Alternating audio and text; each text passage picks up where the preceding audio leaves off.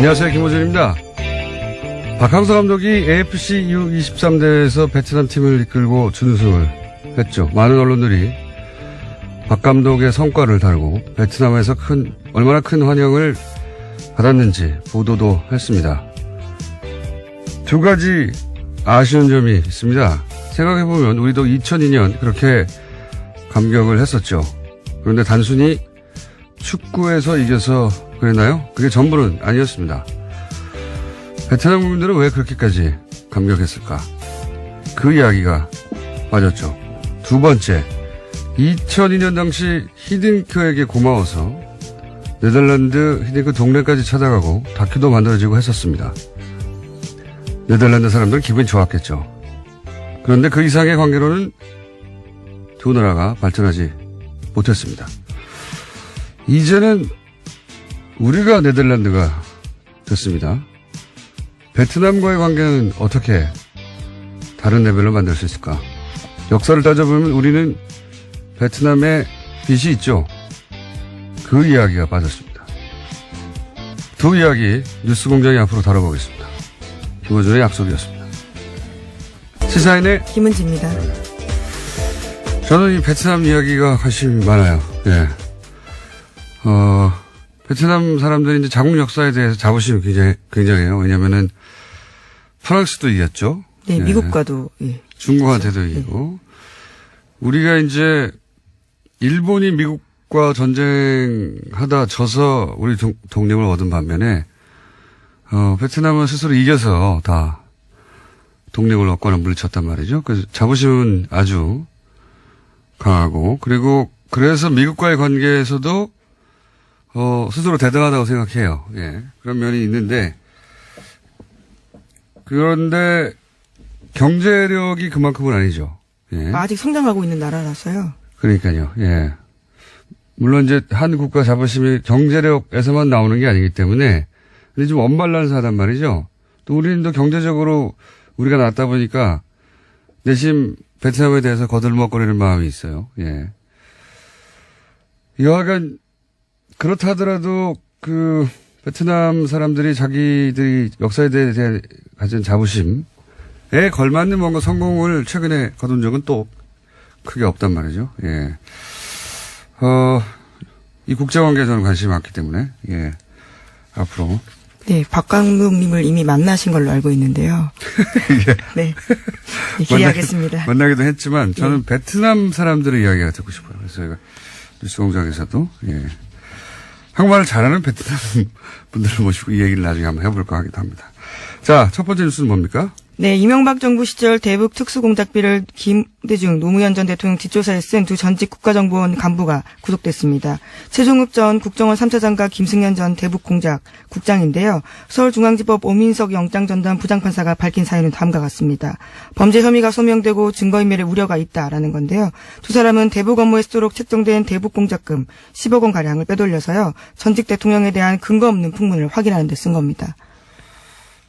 저는, 원세훈 전 국정원장이 이명박의 최순실이다. 이렇게 생각이 드는 것이, 이게 다 원세훈 전 국정원장. 그렇죠. 뒤지다가 꼬리를 물고 나온 거예요. 그러니까, 원세훈 전 국정원장이 개인적으로 착복한 특활비, 혹은 뭐 개인적으로 이용한 특활비, 뭐 개인적으로 소이트로 임차했다든가 호텔에 이런 거 뒤지다 보니까 이 돈이 대북 공작금에서 나왔다. 그런데 이제 그 돈이 뒤지다 보니까 다른 데도 쓰였더라. 이명박 전 대통령 시절에 전임 대통령들 뒷조사에 쓰였더라. 근데 누가 했느냐 또 뒤지다 보니까 국세청도 등장하는 거예요. 네, 그렇죠? 네, 그렇습니다. 지금 피의자 신분으로 이현동 전 청장이 조사받고 있었는데요.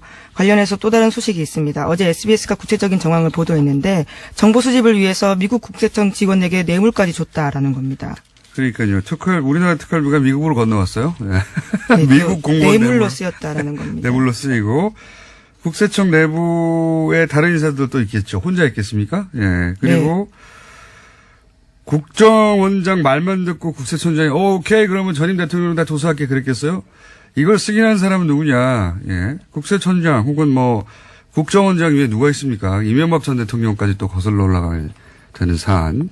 이게 다 원세훈 전 국정원장의 개인적인 착복에서 시작하는. 예. 네, 수사의 시작이 이렇게 됐는데요. 생물처럼 움직여서 여기까지 온 겁니다.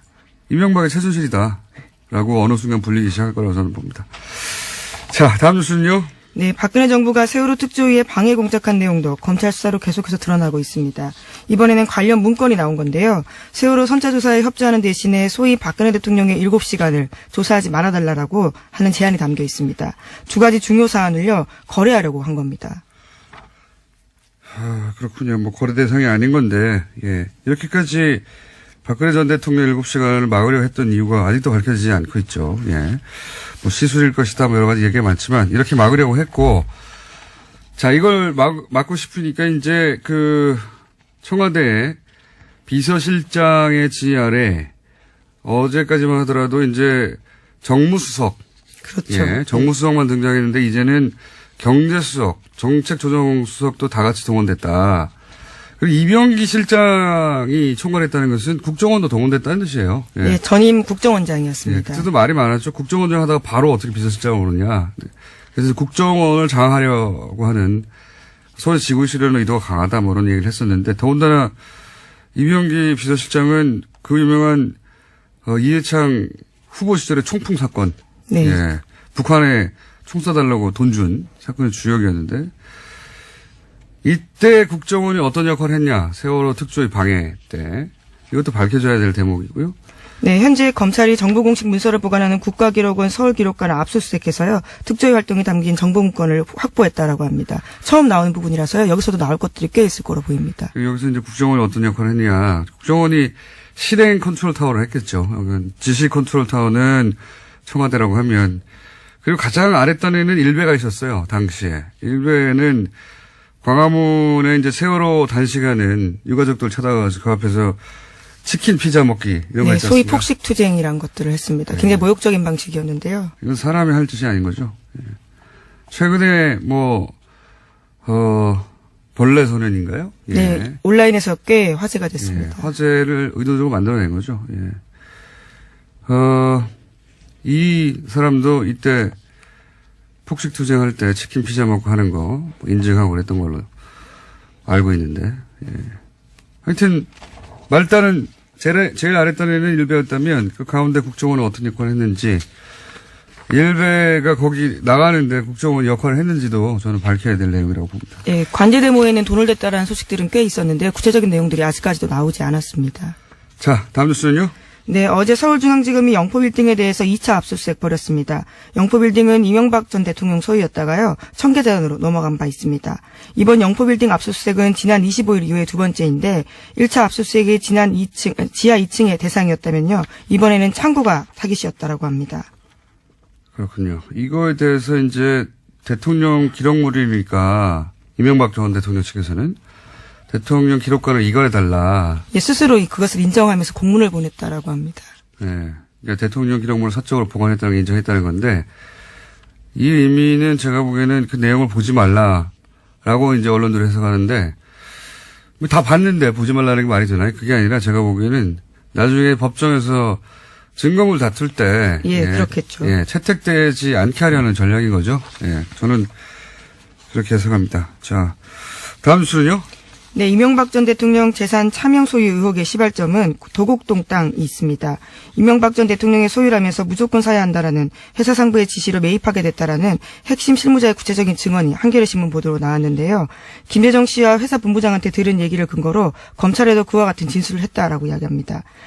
이와 같은 진술을 한 사람은 포스코 건설 박아무개 전 개발사업본부 팀장입니다.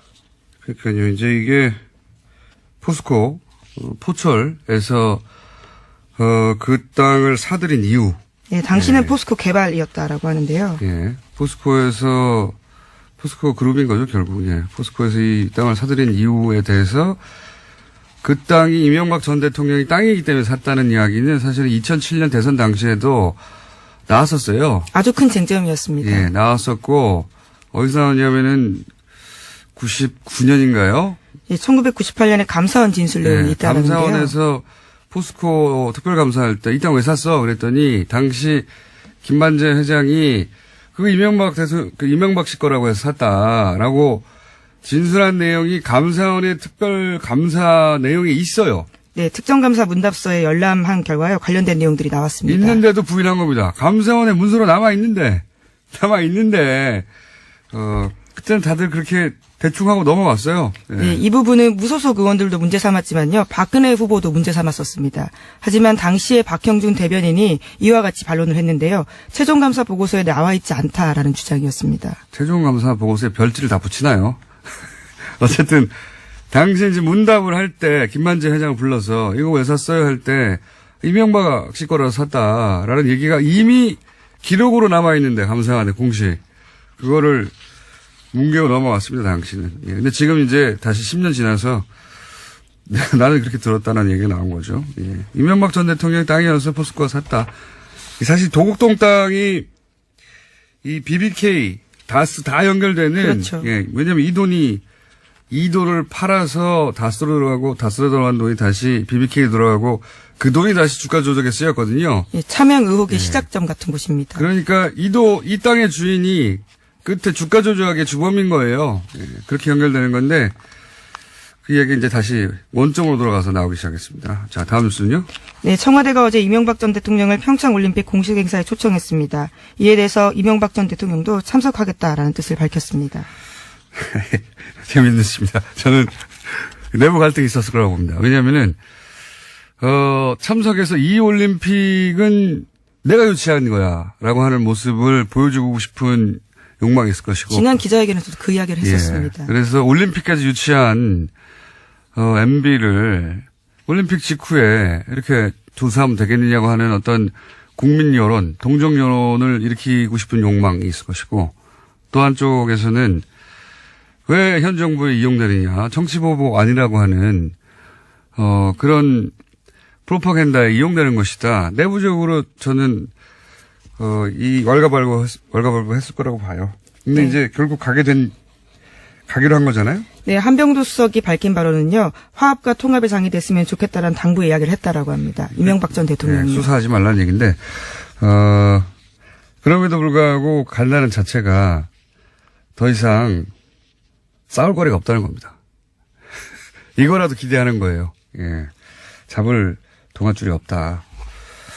뭐 지금쯤이면 벌써 대형 전쟁이 벌어졌어야 되는 거 아닙니까? 그동안에 큰 소리로 치자면. 네, 예. 폭로할 게 많다. 이전 투구하자는 거냐. 수많은 말들을 했었습니다. 그러니까 우리라고 없겠냐. 없는 거예요. 자, 다음 뉴스는요. 예, 어제 대검찰청에서 안태근 성추행 의혹과 관련해서 진상조사단을 꾸리고 사실규명에 나섰습니다. 검찰 내에서 성폭력 문제와 관련해서 진상조사단이 꾸려진 것은 처음 있는 일인데요.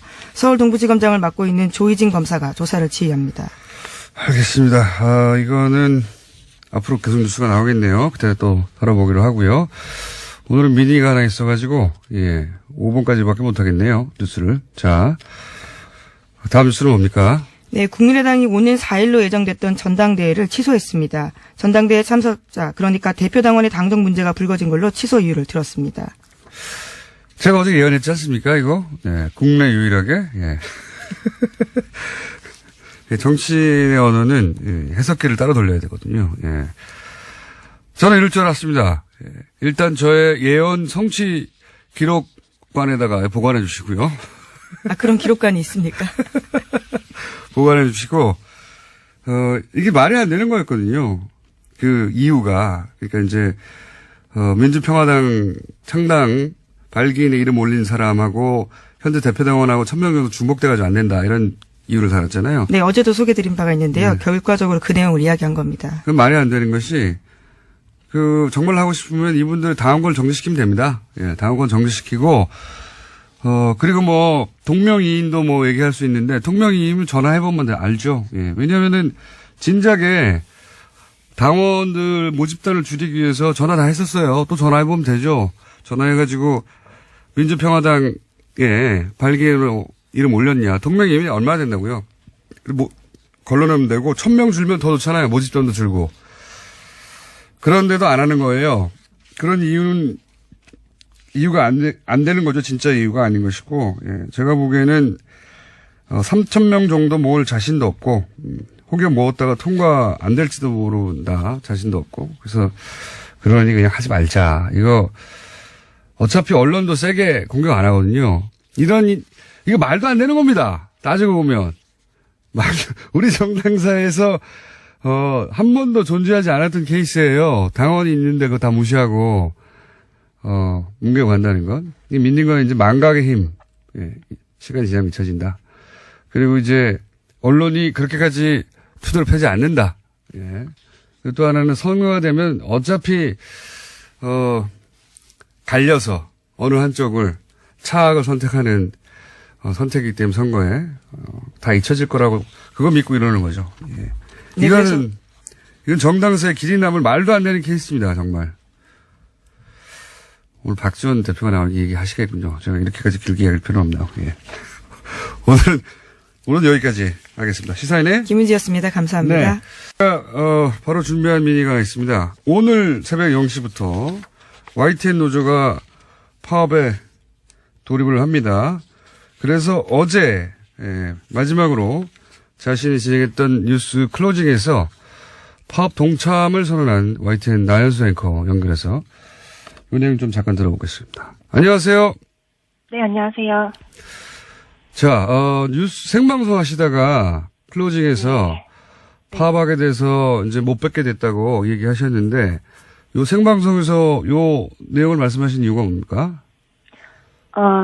파업을 선언했다고 저는 생각하진 않고요. 예. 원래 이제 앵커들이 뭐 하루 휴가를 가더라도 자리를 비우게 될 때는 시청자분들께 어떤 사유 때문에 앵커의 얼굴이 바뀌었는지를 설명을 하도록 저희 회사는 하고 있습니다. 아, 그렇군요. 그래서 저도 상당 기간 이제 제 자리를 비우는 거기 때문에 솔직하게 말씀을 드리는 것이 맞다고 생각을 해서 이야기를 했는데요. 파업을 뭐 선언했다고 이렇게 크게 관심을 가지게 될 줄은 몰랐습니다. 예, 파업 동참을 선언하신 거죠. 예. 예. 예. 그러니까 사정 설명을 하셨다 정도로 본인은 생각하고 그 멘트를 하신 거군요. 네, 그렇게도 했고 뭐 사실 그대로를 말한 것이고요. 예. 지금 YTN 뉴스 앵커들의 얼굴이 이제 오늘부터 많이 바뀔 겁니다. 뉴스 시간대도 많이 바뀔 거고요. 이 회사 상황에 대해서 시청자분들께 설명하지 않는 것 또한 기만이라고 생각했습니다. 자, 여전히 YTN이 왜 뭐랄까요? 다른 방송사들 파업이 끝나는 상황인데 파업에 네. 들어가는지 아직 많이 알려지지가 않았어요. 그죠? 네. 그 설명을 좀 해주시죠. 네. 저희가 해직 기자들 이제 모두 지난해 복직을 하면서 제대로 된 방송을 할 수 있을 거라는 기대를 많은 사원들이 가지고 있었는데요. 일단 저희는 지난번에 이제 사장 선임된 최남수 사장의 부적격성에 대해서 끊임없이 사내 문제 제기가 있어 왔고요. 그 부분에 대한 우려를 조금 불식하고자 노사 합의를 통해서 어느 정도 보호장치를 마련해 놓고 이제 사장이 취임을 했습니다. 근데 취임을 하자마자 제일 먼저 한 일이 그 합의를 파기한 것이었거든요. 사원들과 약속했던 보도국장 내정자 지명을 거부하고 다른 인사를 지명을 하면서 스스로 합의를 파기했기 때문에 어떻게 보면 사장 취임의 전제 조건을 스스로 깨뜨렸다고 볼 수가 있겠습니다. 좀 전에 이제 제대로 된 방송을 하고 싶어하는 그런 열망이 있다고 말씀하셨는데 제대로 된 방송을 하고 싶다고 하는 것은 이제 그동안 제대로 된 방송이 아니었다는 YTN 내부의 인식이 있었다는 말씀이시기도 한 건데 저희가 이제 어제 그저께인가요? 민원연 그 사무처장 김원경 사무처장 나와서 YTN이 매우 기계적으로 균형을 갖춰서 보도하는 것 같지만 또 들여다보면 그 안에 의제 설정부터 편향되어 있다. 이런 이제 지적을 했습니다. 이 지적에 대해서는 어떻게 생각하십니까? 일견 타당한 지적이 있다고 생각하고요. 그 부분이 저희 내부에서도 제대로 된 방송을 못하고 있다는 자괴감, 또 이제 바깥에서 일부 시민들로부터 손가락질을 받아야 하는 상황에 대한 어떤 자괴감으로 다가왔던 일들을 말씀을 하신 것 같습니다. 근데 그 말씀을 하실 때 제가 들었을 때 보도 문제를 다루면서 이 최남수 사장의 발언이나 행적 부적절성은 국민들과 너무 멀리 떨어져 있는 문제이기 때문에 보도 문제만 이야기를 하겠다라고 말씀을 하셨었어요. 지금의 보도 문제가 나오게 된 것이 그 2008년 대통령 특보였던 낙하산 사장 사태에서부터 시작이 됐다고 봐야 합니다. 조직의 수장 자리가 그만큼 중요한 것이고요. 또 그 조직이 국민의 알 권리를 보장하고 공공의 이익을 지켜야 할 저희 같은 24시간 뉴스 채널이라면 정말 중요하겠죠. 그런 보도 문제의 어떤 책임을 져야 될 것은 당연히 저희 모든 구성원들이 책임감을 느끼고 그 문제를 타개하기 위해서 이렇게 펜과 마이크까지 놓았습니다만 어떤 일부 책임을 져야 할 간부진들이 계속해서 그 자리에 머물러 있다는 부분을 조금 덧붙여서 설명해 드리고 싶습니다. 알겠습니다. 네. 민전연에서는 이제 조직 내부의 문제보다는 그렇게 해서 보도되는 내용에 대한 이야기를 했는데 그게 결국은 조직이 그렇게 편향되어 있기 때문에 그런 결과가 나온 것이라고 이제 그래서 조직이 이런 또 문제 있는 사장에 의해서 그대로 유지되면 똑같은 내용이 나올 테니 이제 파업을 하시는 거다 이렇게 제가 이해했는데 예. 그런데 YTN 총파업이 제가 기억하기로 세 번째인데 네. 이번에 파업의 어떤 찬성률은 어떻습니까? 저희 세 차례 파업 가운데 가장 높은 찬성률을 기록했고요. 그렇군요. 거의 80%에 육박하는 찬성률로 가결이 되어서 노조 집행부조차도 예상하지 못했던 반응이었습니다. 심지어 이 파업 찬반 투표는 최남수 사장이 노사 합의를 파기하기 이전에 치러진 투표였거든요. 그럼에도 불구하고 이 정도의 찬성률이 나왔다는 것은 그만큼 공정방송에 대한 내부 열망이 굉장히 높이 올라와 있고 저희 기자들로서는 이번이 정말 마지막 싸움이고 여기서 물러나면 이거는 회사 존립의 문제다라는 위기의식을 가지고 있다고 보고 있습니다. 외부에서 느끼는 것보다 YTN 내부 구성원들 훨씬 더 심각하다고 생각하는 거군요. 예. 네, 그렇습니다. 알겠습니다. 이 파업 때문에 YTN을 즐겨보시던 분들은 왜 시간대도 달라지고 사람도 달라졌나 싶으실 텐데, 이 파업을 어쨌든 지켜볼 수밖에 없는 외부 청취자들, 일반 국민들에게 혹시, 이 파업에 동참하기로 한 장본인 중에 한 사람으로 뉴스를 멈추고라도 하고 싶은 말씀이 있으면 마지막으로 해주십시오. 네, 제 또래 기자들 중에 YTN 보면서 기자 꿈꾼 사람들 많을 것 같습니다. 이 사태가 벌어지기 전에 YTN은 살아있는 뉴스, 깨어있는 방송이라는 저희 슬로건 그대로 정말 제대로 된 방송을 해보겠다는 열의가 가득한 기자들이 모여있는 조직이었거든요. 네, 저희 기자 6명이 해직이 되고 리포트를 해야 할 기자들이 대량 징계를 받으면서 시청자 신뢰를 잃는 게 한순간이라는 걸 저희가 너무 무섭도록 느꼈습니다. 지금 TV 틀어보면 공중파 나오고 홈쇼핑 나오고 종편 다 지나가고 맨 마지막에 YTN 나옵니다. 그만큼 저희의 존재감이 잊혀진 건 아닐까 저는 요새 외로움을 많이 느끼는데요. 그래도 저희 조직은 언론사 체육대회 할 때도 항상 유니폼에 공정방송 새기고 달리는 조직이고요. 사내 게시판에는 지금도 하루에도 몇 개씩 개인 성명, 기술 성명이 올라오고 있습니다. 저희의 이런 진정성을 좀 믿어주시고 관심을 가져주시고 적극적으로 목소리 내서 응원을 해주시면 좋겠습니다. 저희는 꼭 공정방송 찾아서 돌아와서 다시 진짜 뉴스 하겠습니다. 알겠습니다. 앵커들이 다 이렇게 말을 잘하나요? 고맙습니다. 예, 주어 수로가 딱 담았네요. 오늘 말씀 감사합니다. 네, 많은 관심 부탁드립니다. 감사합니다. 네, 지금까지 YTN 나연수 앵커였습니다. 부제로는 머리끄댕이도 등장했다가 최근에는 동시상영. 예. 세 사람이 동시에 얘기하는 3원 중계밭 방송 같다 해가지고.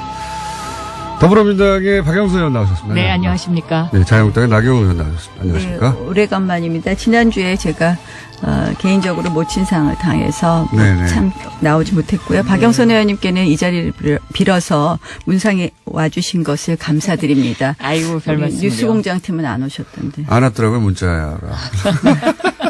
오지 말라는 뜻인 줄 알고 안 갔습니다, 저희는. 아시면서도 안 오시는 분이 있으십니다. 홍준표 대표요? 네, 홍준표 대표 안 오셨더라고요. 그분은 정말 못 말려요. 홍준표 대표하고 사이가 안 좋으시잖아요, 그죠? 굳이 방송에서 말씀 더 이상 안 드리겠습니다. 네, 사이가 안 좋으신 걸로 알고 있고요. 사이가 안 좋은 것이 아니라 우리가 생각이 많이 다른 거죠. 그래서 사이가 안 좋아졌죠. 사이가 안 좋아서 생각이 다르다기보다는. 자, 거기 여기까지 하고. 그래서 저희가 일주일 건너뛰었기 때문에 밀려있는 여러 가지 숙제들이 많이 있습니다. 시간 순으로 할까요? 밀렸던 것부터? 아니면 최근 것부터 할까요? 역순으로. 그거야 사회자 맘이죠. 알겠습니다. 네. 그러면은 시간 순으로 하겠습니다. 시간 순으로 제일 거슬러 올라가면은 나경원 의원님이 핫 했을 때가 있습니다. 핫. 예. 아이스하키 단일, 남북 단일팀 구성 문제로. 그래서, 이 자격을 박탈해야 된다. 올림픽위원 자격. 뭐 청원도 올라가고 그래서 청와대에 20만 명이 넘었습니다. 아니, 그거는. 자, 이제 일단 본인 입장 말씀해 주시고요. 저는 정말 많은 분들이 오해하고 있으시다고 생각을 하는데요. 네. 첫 번째는 우원식 원내대표부터 시작해서 많은 이제 우리 여권 인사들께서 제가 북한 팀이 오는 것조차를 반대했던 사람으로 호도시키더라고요. 근데 저는 대한민국 정치인 중에서요. 저만큼 북한 선수단이 이 평창 올림픽에 올 수 있게 하는 노력을 한 사람이 없다고 자부하고요. 또 정말 오랫동안 평창 올림픽과 패럴림픽의 성공을 위해서 노력한 사람이 없다고 생각합니다. 제가 왜냐하면 국제장애인 올림픽 IPC 집행위원 전 세계의 집행위원은 10명밖에 없습니다. 그걸 저도 선거를 나가서 당선된 다음에 정말 그 IPC 집행위원으로서 또 제가 IOC의 장애인 스포츠위원회 위원입니다. 그래서 그러한 여러 가지 자격으로 평창 올림픽과 패럴림픽 성공을 위해서 정말 애썼고요. 그 가운데 제가 2012년에 런던 패럴림픽에 가서도 북한 선수단 오는 것을 추진했었습니다. 그런데 제가 반대한 것은 북한 선수단을 반대한 것이 아니라요. 남북 단일팀을 반대했던 것이고 남북 단일팀을 왜 반대했느냐. 스포츠의 가장 중요한 것, 올림픽의 가장 중요한 것은 공정입니다. 공정. 이것을 공정에 반해서 급박하게 우리 선수들의 기회를 박탈한 이 아이스하키 단일팀은 반대할 수밖에 없었고 그것을 그러면 제가 어떻게 해서 이 아이스하키 단일팀은 무산시키고 다른 방법으로 북한 선수들이 온다든지 이런 식으로 하는 것이 맞겠느냐. 제가 할 수 있는 일은 저는 국제 스포츠계에 여러 가지 제가 인맥이 있기 때문에 그 의사를 전달하는 거. 우리 국민들도 70% 가까이 또 어떤 여론조사는 80%더라고요. 반대하시는 것을 표시하는 수밖에 없었기 때문에 시간을 많이 제가 주시네요. 예, 왜냐하면은 이제 메일을 보냈는데요. 충분히 이제 공격을 많이 예, 온라인에서 저는 받았고. 사실 많은 부분이 오해가 있고 그 오해를 우리 여권의 그 정치 지도자들이 상당히 그런 오해를 만들어냈다 이렇게 생각을 눈이 합니다. 동그래져가지고 지금. 제가 좀 저는 아니 이 부분은 정말 억울한 거예요. 알겠습니다. 저만큼 올림픽과 패럴림픽의 성공을 위해서 정말 저 자부합니다. 정치인 중에서 저만큼 근데 열심히 일한 제가 알겠습니다. 저 입장에서는 좀 이랬어요. 목입니다. 첫째 이제 뭐 왜 그러셨나 네. 굉장히 좀 속상하더라고요.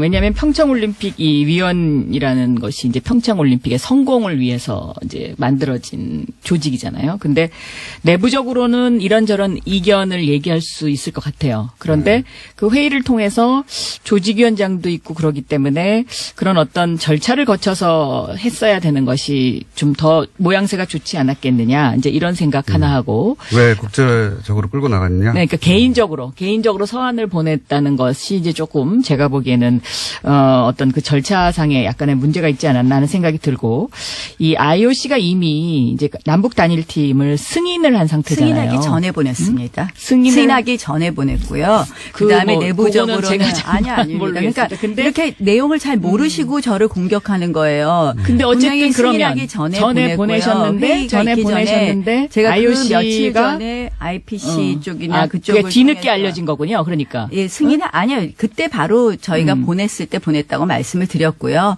승인 최종 회의가 나오기 전에 보냈습니다. 근데 그리고 그러면 우리 IOC 조직위 입장에서 내에서도 저 위원장이 편지를 받고 나서도 승인을 했다. 네.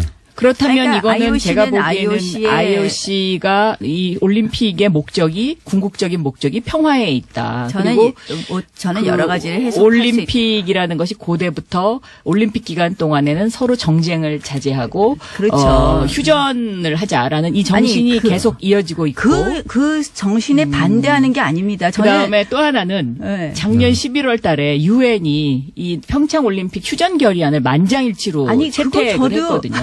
그러니까 그 휴전을 위한 상징이 뭐냐? 이게 남북 단일팀이다. 아니죠. 이제 IOC는 이렇게 이제 해석을 아니죠. 하고 있는 IOC는 뭐 우리 정부의 네. 입장을 대변해주고 우리 정부가 이야기를 한 것으로 알고요. 저는 이희범 조직위원장님께도 이 이야기를 말씀을 드리기도 했고요. 저 할 거 다 했습니다. IOC가 승인 결정하기 전에 IOC 회의 이전에 제가 이미 사신을 보냈고요. 그다음에 저는 이 성공을 위해서는 아이스하키 단일팀이 중요한 것이 아니라 북한 선수단이 많이 오는 거. 제가 보니까 IOC가 생각보다 북한 선수단을 여러 가지 종목에 5가지 이벤트인가요? 허용을 했습니다. 전 그건 잘한 결정이라고 생각을 합니다. 근데 그런데 단일팀이라는 잘못된 게 하나의 상징성 같은 것이 있으니까. 이벤트라는 거죠. 그거는 우리 상징성이 선수들 있으니까. 정말 얼마나 노력했겠습니까? 물론 그거는 저는 3명씩 어제 출전 기회를 대통령께서도 박탈됐습니다. 그걸 어떻게 반대하는 분들과 사전에 협의를 했어야 된다. 이제 이런 아니, 말씀을 하셨는데 그러니까 이제 저는 오죽 여론이 그거는 밀렸으면 굉장히 지금 중요하다고 그렇게 하시겠어요. 생각합니다. 아니, 여론에 제가 보니까 밀려서라기보다는 제가 문재인 보니까 대통령이 이거는 원래 이런 분이에요. 아니 그러니까는 정말 잘못한 거예요. 다수가 이거는. 찬성하더라도 소수가 이거는 반대하면 보니까 그것을 가서 협상을 아니, 하고 와라. 제가 이제 이런 5.2 채널 가동 중입니다. 이번에 이 전체적으로 평창 올림픽과 관련된 여권의 여러 가지 행사를 보면은 전부 문재인 정부 공약을 문재인 대통령 공약 이행을 위해서 무리하게 밀어붙이는 거예요. 마식령, 그다음에 금강산 이게 다 보면 공약에 있더라고요. 남북 단일팀. 아니 제가 언제 북한 선수단 오는 거 반대하나요? 저는 패럴림픽도요. 공약이라는 것은 지키기 아니, 위해서 근데 중요한 얘기하는 것은 것이고 공약을 위해서 그 공약이라는 한마디로 것이 이 부당하게 선수들의 희생을 강요했고요. 그러니까 오죽했으면 저런 발표를 하셨겠습니까? 근데 제가 보니까 저를 갖다가 아니 왜 호도하는지 왜 오해하시고 그렇게 얘기하시는지 정말 자, 그러면은 답답하더라고요. 가장 호도하는 지점은 어디입니까? 그러니까 남북 단일팀을 반대한 건데 북한 선수단이 오는 것을 반대한 사람으로 만들었더라고요. 자, 그럼 여기에 대해서 네. 한마디 더 해주시고. 저는 이 남북 단일팀 문제와 관련해서는 전 세계가 평창 올림픽이 평화로 치러지기를 간절히 바라고 있는 하나의 상징적인 것이다. 그런데 다만 그 소수라고 무시하지 않고 사전에 설득하려는 노력이 필요하다라고 말씀하신 문재인 대통령 말씀처럼 그러한 노력이 조금 더 필요하지 않았나. 그리고 아이스하키 선수들의 그런 심정은 충분히 이해를 할 수 있다. 이런 입장입니다. 그러면 제가 이제 의원님한테 나경원 의원님한테 여쭤보자면 단일팀을 만드는 과정에 예를 들어서 정부가 메시지 관리를 잘못했다든가 혹은 뭐 충분히 한국 선수단에게 설명을 했어야 한다든가 이런 문제가 있었던 건 정부가 인정했단 말이죠. 그게 잘 됐다 하더라도 단일팀을 하면 안 되는 건가요? 아니죠. 그러니까 충분히 네. 충분히 그런 메시지 전달을 했어야 되는 것은 물론이고 저는 미리부터 준비를 했어야 된다고 그러니까 생각을 근데 그거는 합니다. 불가능한 일이었죠. 미리 준비하는 그러니까 것은. 그러니까 이번에 굳이 왜 단일팀을 하냐는 말이에요. 제 그래도 말씀은. 이제 예를 들면 그것이 평화 올림픽의 상징이 아니라는 평화를 거죠. 상징하기 위해서는 그거는 정치인들의 저는 정치 이벤트를 위한 것일 뿐이라고 생각합니다. 잠깐만요. 제가 그렇지 궁금한 건 한 가지예요. 네. 아니 그런 절차적 문제나 뭐 설득의 문제 절차적 있었다고. 문제, 설득의 문제가 그거가 잘 됐으면 잘 아니. 됐다 하더라도 단일팀 하면 안 되는 건가요? 아니죠. 단일팀은 미리 준비해서 우리 선수들에게 예측 가능한 것을 이야기하고 그러니까 그게 잘 됐다고 쳐요. 그러니까 그 절차적 문제를 어디까지의 절차적 문제로 생각하느냐에 또 문제는 있다고 생각합니다. 근데 이번 같이 급박하게 한두 달을 남겨놓고 그건 하는 이해했는데 것은 그게- 아니지만 그게 만약에 뭐 아니었다면. 1년 전부터 준비했다 그러면 저는 오케이입니다. 그럼 그거 지금 절차의 상황 문제다. 자체가 그 1년 자체는- 전부터 준비할 수 없는 아니, 상황이었고 그렇다면 또 이거는 안 하는 게 지금은 맞다는 거죠. 예를 들면 그 북한 아이스하키 팀이 와서 같이 지금 이제 합숙 훈련을 대통령께서 하고 있지 사과하신 않습니까? 거는 얼마나 그래서 여론이 나쁜지 잘 아실 겁니다. 그래서 그렇게 그러한 것에 말씀하시면. 대한 그 과정을 좀 더 지켜볼 필요는 있는 것 같아요. 네. 알겠습니다. 이 문제는 이만큼 얘기할 수 있는 것 같고요. 운동하는 네. 선수들의 그 저도 상황을 잘 모르시기 때문에 제 그래요. 아이가 아이스하키를 옛날에 한 적이 있기 때문에 그 그 국가대표 심정은 선수 너무 그런 잘 거 알고 아니시잖아요. 그리고 그러니까 이제 저는 그 아이스하키라는 게 사실은 너무나 제가 힘들고 우리 노력이 패럴림픽 필요하다는 것도 선수들, 잘 알지만 올림픽 선수들 그 많이 심정은 옆에서 제가 다 봐왔기 이해합니다. 때문에 그들의 네. 심정을 한번 생각해 보세요. 네, 심정은 자유한국당이 충분히 지금 이해합니다. 네. 스포츠 선수들의 심정을 너무 잘 아는 당으로 지금 거듭났습니다. 자, 알겠고요. 아니, 그리고 너무 이거를 김어준 정치적으로 해석을 하는 교수님은 것도 너무 저는 좀 저 이렇게 약간 편파인 것 같아요. 저는 아니, 편파적입니다. 아니 근데 심하게 편파신 것 같아요. 제가요 자, 나름대로 정말 열심히 자, 다음 주제로 자유로운 이제 올림픽 넘어가야 될것 위해서 같습니다. 일했습니다. 편파적인데 안 편파적인 것처럼 보이려고 노력하고 있습니다. 아무도 안 믿습니다. 편파적이라는 거 다 알고 있습니다. 자, 요 문제는 근데 나경원 의원님에게 충분히 발언 기회를 더 많이 드린 것 같아요. 네. 네. 해명 기회와. 네. 이거 이제 납득하느냐 못하느냐는 청취자들이 결정할 문제인 것 같고요. 자, 이 거슬러 올라가다 보면 최근에는 이제 마식령 스키장 얘기도 있고 뭐 북한이 취소한 문제도 있고 하는데 통틀어서 그냥 최근에 이 올림픽 관련해서 거기에 따라 붙고 있는 남북관계 사이에 벌어진 일들 해서 논평하실 거 있으십니까? 제가 박영선 의원님 말씀하세요. 제가 어제 이제 계속 우리나라 선수단이 그 마식령 스키장을 이제 연습하러 가지 않았습니까? 네. 근데 텔레비전으로 제가 이렇게 보니까 그 선수들의 표정이 굉장히 밝더라고요. 그리고, 뭔가 이렇게 그 호기심 어린 눈. 그래서, 물론 여러 가지로 평창 올림픽을 진행하기 위해서 이제 이런저런 그 이야기들이 있긴 합니다만은 어쨌든 저는 이 평창 올림픽이 평화 올림픽으로 치러지면 우리들의 어떤 그 미래와 관련해서 여러 가지 상징적인 의미가 있지 않냐. 그리고 특히 세계에서 지금 이 평창 올림픽을 주목하는 가장 그 중요한 이유 중에 하나도 과연 한반도가 평화 체제가 정착할 것이냐 아닐 것이냐 이런 데에 대한 관점이 굉장히 많기 때문에 참 중요한 시기다 이렇게 생각하고 있습니다. 네. 박영선 의원님 참 제가 박영선 의원님 좋아하지만 이 부분에 있어서는 너무 꿈이 크신 것 같습니다. 제가 보기에는 이번 평창올림픽 관련해서는 정말 북한의 갑질 중에 갑질, 정말 갑질 북한이라는 얘기가 나오지 않습니까? 지금 저희가 정말 거기에 끌려가고 있어요. 금강산은 한다 그랬다 하루 전에 취소를 하고요. 마식령은 우리 대표 선수는 아무도 안 갑니다. 한마디로 북한이 자랑하는 김정은의 치적을 자랑하고 있고요. 지금 우리 개막식 전날, 하루 전날 북한 군 창건 기념일을 4월 15일마다 매년 행사하던 걸 올해 2월 8일로 갑자기 바꿔서 하루 전에 열병식을 하고 있습니다. 듣는 것 같은 아니 그러면 결국 그 열병식을 하고 나서 평화올림픽이 과연 될 수 있느냐. 저는 정말 걱정입니다. 알겠습니다. 왜 북한이 하자는 대로 우리가 끌려가야 되는 것인지. 북한 주도하에 모든 일이 이루어지고 있다. 자, 여기 대해서요. 저는 예를 들면요. 집안에서도 형님이 좀 양보를 해야 되지 않습니까? 동생이 와서 앵앵거리면 그것을 달래기 위해서는 일단은 앵앵거리면. 그게 중요한 건요. 북한은 더 큰 북한이 것을 형님이라고 얻는다. 생각하지 우리를 형님이라고 생각 안 합니다. 그래서 지금 이제 우리는 약간 뭔가 좀 그 손해 보는 듯한 그런 느낌을 가질 수도 있을 것 같아요. 그렇지만 옛말에도 일보 전진을 위해서는 반보 후퇴해라는 이야기가 있듯이 잠시 좀 저는 더 크게 베풀고 크게 얻는다. 저는 이런 것이 좀 더 필요하지 않나 이렇게 저는 보고 있고요. 예전부터요. 교류를 통한 변화, 접근을 통한 변화주의자입니다. 저는 통일에 있어서도 교류와 접근을 반대하지 않습니다. 그러나 거기에는 분명히 원칙이 있어야 되고 방향이 있어야 됩니다. 그런데 그것이 교류를 위한 교류를 위해서 한마디로 아무런 원칙 없이 나경원 의원님은 평양 안 가보셨죠? 저는 평양을 가봤어요. 평양 안 가봤습니다. 대성만 가봤습니다. 평양을 가봤는데 2002년도에 서울 평양 위성생 방송을 위해서. 그런데 사람은 만나야 되거든요. 만나면 뭐든지 해결이 됩니다. 그리고 제가 이 평양 가서 정말 정말 여기는 정말 못 살 때구나. 이제 이렇게 느낀 것이 제가 방송 전에 그 문까지 감금당했었어요. 그러니까는 원고를 내놔라. 그래서 내 원고는 내 머릿속에 있다. 제가 이러고 버텼거든요.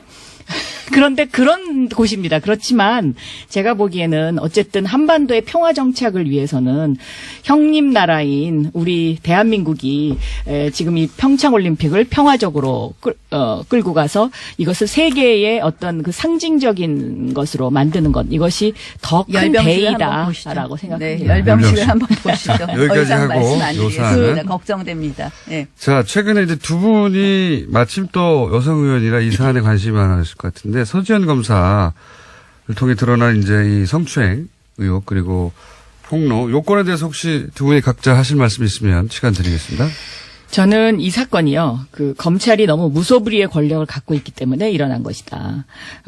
예를 들어서 이제 검찰이 그 상명하복 문화라든가 또 이 어떤 자정 능력이 없는 검찰의 문화 조직 이제 이런 것들인데요. 검찰이 특히 이제 이 명령과 복종이라는 단어를 굉장히 좋아합니다. 왜냐하면 우리나라 법조문에 경찰은 검사의 명령에 복종하여야 한다. 이런 법조문이 있었거든요. 그런데 제가 이제 이것을 법사위에서 법사위원장 하면서 없애버렸는데 이런 상명하복 문화와 그다음에 그 무소불위의 권력, 기소권과 수사권 모두를 움켜쥐고 있는 이런 상황에서는 이런 어떤 그 성추행 사건이 일어나더라도 검사는 이 수사를 완전히 없애버리거나 아니면 조작하거나 할 수 있는 그런 권력이 있기 때문에 이런 것들이 앞으로도 지속될 수밖에 없다. 저는 그런 생각을 그래서 했습니다. 공수처 쪽으로 연결되는 그런. 네, 그러니까 저는 그러니까 검경 수사권 조정을 해야 된다라는 조직의 입장입니다. 속성도 바꿔야 된다 이게. 네. 예, 저는 조직과. 사실은 일단 서지현 검사의 용기를 칭찬합니다. 예. 그리고 말씀하신 대로 정말 그 용기를 더 칭찬해야 되는 것은 상명하복의 이러한 검찰 조직에서 이런 용기를 내는 것은 어떻게 굉장히 보면 힘든 일이죠. 네. 다른 조직보다 더 힘든 일이었다고 생각을 하고요.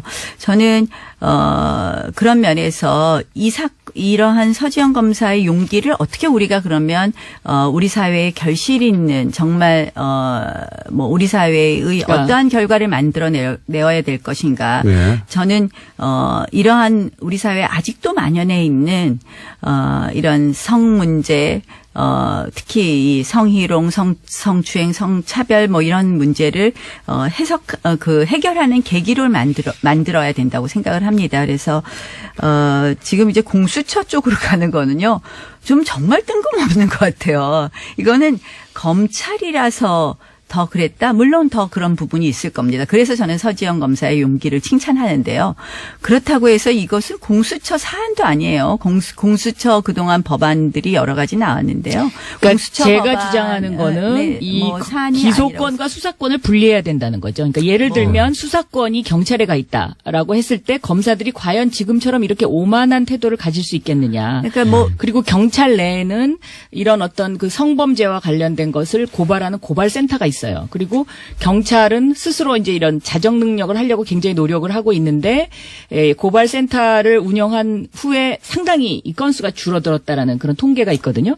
근데 검찰 내부적으로는 이런 성범죄와 관련된 그런 조직 문화에서 일어나는 일들을 고발하는 고발센터조차도 없더라고요. 그러니까 검찰 네. 내에 이제 그러한 문화 변화, 그러니까 바뀌는 그런 계기를 만들어야 되는 것도 중요하지만 저는 검찰의 문제만은 아니라고 생각을 하는 거죠. 우리 사회에 아직도 정말 물론 그렇습니다. 그래서 물론 저는 이것을 그런데 좀 더 크게 물론 네. 검찰 내에 조직을 바꾸는 부분도 저도 뭐 찬성합니다. 그리고 조희진 검사장이 이제 뭐 단장을 단장. 맡으신 것으로 네. 알고 있는데요. 그래서 이번 사건을 계기로 해서 검찰 내의 변화도 있어야 되지만 우리 사회 전체의 변화의 물꼬를 트는 그런 계기가 되기를 바랍니다. 알겠습니다. 좋은 말씀이시고. 근데 이제 자유한국당으로서 약간 곤혹스러운 게 사건에 연루돼서 언급되는 이름 중에 최규일 의원 있지 않습니까? 예. 어떻게 되나요? 아니 저는 어쨌든 자유한국당이 논평을 제가 이렇게 저도 내지 최근에 않았던 걸로 제가 알고 있습니다. 제가 네. 보니까 제가 정확하게 체크 못했는데 내지 않았던 것 같아요. 늦게는 냈을 거예요 아마. 예, 매우 다소. 잘못됐다고 생각을 합니다. 그 의원이요? 왜 그리고 논평을 이제 내지 자유한국당이 않았을까? 검사 출신들이 많죠. 그 구성비를 보면. 검찰, 그래서- 뭐 그런 이야기 자꾸 하시지 말고요. 뭐 검사 출신들이 많이 있습니다. 판사 출신보단 검사 출신이 많고 하는데 네. 뭐 이제 근데 민주당에는 그중에 민변 지금- 출신이 많으신 것처럼 뭐 그 이렇게 중에 이제 이 최교일 검사는 제가 알기에는 그래도 비교적 그 선한 검사에 속하는 사람 중에 한 분인데도 저는 이번에 이 대응을 하시는 데 있어서 뭐 솔직하게 본인은 말씀하셨다고 생각할 수는 있지만 검찰국장으로서 아마 그 사건을 그 외부에 알리지 않아야 된다는 어떤 그런 강박관념도 상당히 있었을 것이다. 그 당시에는. 그러니까 저도 최교일 저는 검사, 그렇게 최교일 생각합니다. 의원님하고 이야기를 아직 못 해봐서 저도 내용을 잘 모르겠지만 이제 이게 보니까 굉장히 오래된 사건이더라고요. 2010년도 사건이죠. 예, 그러니까 네. 이제 한 8년 전 사건이니까. 네, 저는 이 뭐 본인이 당시를 거짓말을- 정확하게 기억하고 있습니다. 나경원 박원순 의원이었습니다. 그단주 국민의당 박지원 전 대표 나오셨습니다. 안녕하십니까? 안녕합니다. 안녕합니다로 지난주부터. 그런데 예, 제가 처음으로 예, 교통방송을 들으면서 예. 폐쇄할 부분이 하나 있어요. 요 코너. 박영선, 나경원. 예. 이 사람들 방송 안 시켜야 됩니다. 지금 듣고 오는데 나경원이 하도 말하고 박영선 하니까 방송이 안 들려요. 그런 방송을 왜 해요? 그리고 투 채널이라고. 예. 또 한 가지 내가 놀란 것은 네. 왜 김어준 공장장을 TBS 라디오에서 예. 또 뭐 SBS에서 네. 비록 나는 한번 초청도 안 했지만은 네.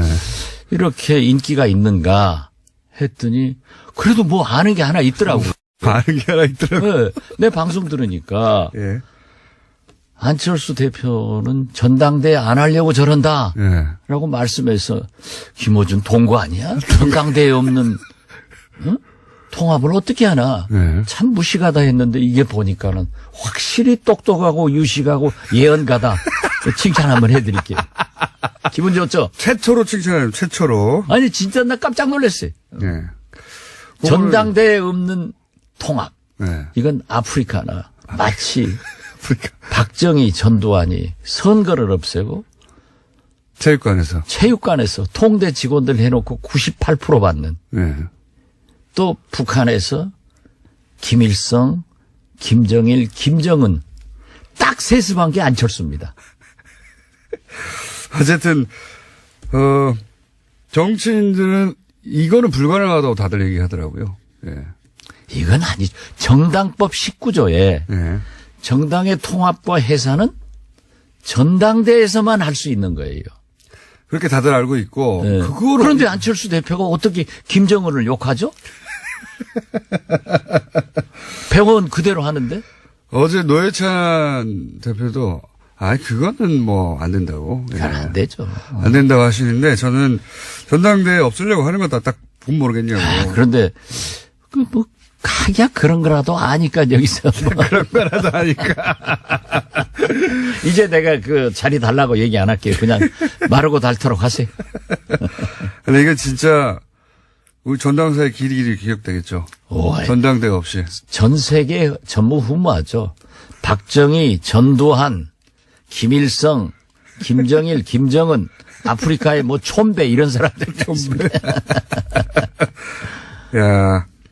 근데 이제 전당대회가 아마 성원이 안 되거나 3,000 이상 못 모으거나 아니면은 통과가 안 되거나 그런 리스크를 굳이 져야 되느냐 이렇게 생각했을 것 같고, 그런데 이제 정당에 계셨던 분들은 모두 반대했겠지만 안철수 대표는 상관이 없다고 생각했을 거라고 저는. 예. 그런데 그걸 해왔던 걸 보면. 예. 민주평화당도 그래도 역시 이상돈 목 잘린 전당대 의장은 이해를 하더라고요. 전당대회를 하건 하지 말건 대표당원을 어쩌건 그냥 놔둬버리면 되지. 저렇게 뭐 간섭하니까는 엄포 놓으니까 저런 짓 해서 어제 언론에 보세요. 하루 종일. 이건 무리수는 진짜 무리수. 안철수의 새정치는 제가 이미 조종을 울렸다. 이거는 두고두고 본인의. 예. 이거 이제 끝났죠. 서울시장? 구청장도 안 돼요. 어쨌든, 안철수 대표 정치를 하는 한 이 사안은 계속 꼬리포처럼 그렇죠. 달라붙겠죠. 우리 정당사의 길이 기록될 거예요. 이거는 용팔이 전당대, 정운갑 전당대, 안철수 전당대도 없는 전당대. 그게 전당대회가 아예 없었으니까, 이거 상상을 못하니까 다 정치인들은 이거 안 된다고 했는데, 안 할 거라고 했는데 한 거죠. 예, 이거 정말 골 때리는 일입니다. 그러면, 중재파들은 어떻게 합니까? 중재파들도 기분을 안 좋나 보더라고요. 중재파들은 뭐 솔직히 조금 움직이고 있는 건 사실이에요. 예. 우리 쪽으로. 그래요? 예. 근데 민주평화당으로 오겠다고 하는 사람들도 몇 사람 계시고 아직도 계산하는 사람들도 계시는데 저는 그렇게 생각합니다. 정치인, 지역구 의원은요. 거듭 말씀드리지만 자기가 중요한 게 아니에요. 유권자, 민심이 중요한데 지금 다 호남 지역구 아니에요? 10명 모이면 8명에 9명이 안철수 요구하는 재미로 지금 호남에서는 살아요. 그렇기 때문에 못 갑니다. 가더라도 다음 선거가 위험해요. 그래서 어쨌든 고민을 하고 있겠지만 결국은 뭐 시간의 문제일 뿐 합류하게 될 것이다. 저는 그렇게 봅니다. 민주평화당이. 그리고 또 어제 박주선 부의장하고 수차 전화를 했는데 또 어제 저녁에 박주선 부의장이 저는 시청 못했어요. 네. 병원에 있어서 이 TV조선 강적들에 출연해가지고 나도 깜짝 놀랐어요. 안철수하고 박지원이 물에 빠지면은 예. 누구를 건질 거냐 그렇죠. 이렇게 보셨습니까? 질문을 했대요. 예. 그러니까 둘이 다 안 건지고 안 건지고. 물에 빠져 죽어버리기를 바란다는 식으로 얘기를 했다고 해서 야 그래도 너는 나하고 형님 동생하고 그렇게 하는데 그 사람 같으면 둘이 다 건져야죠.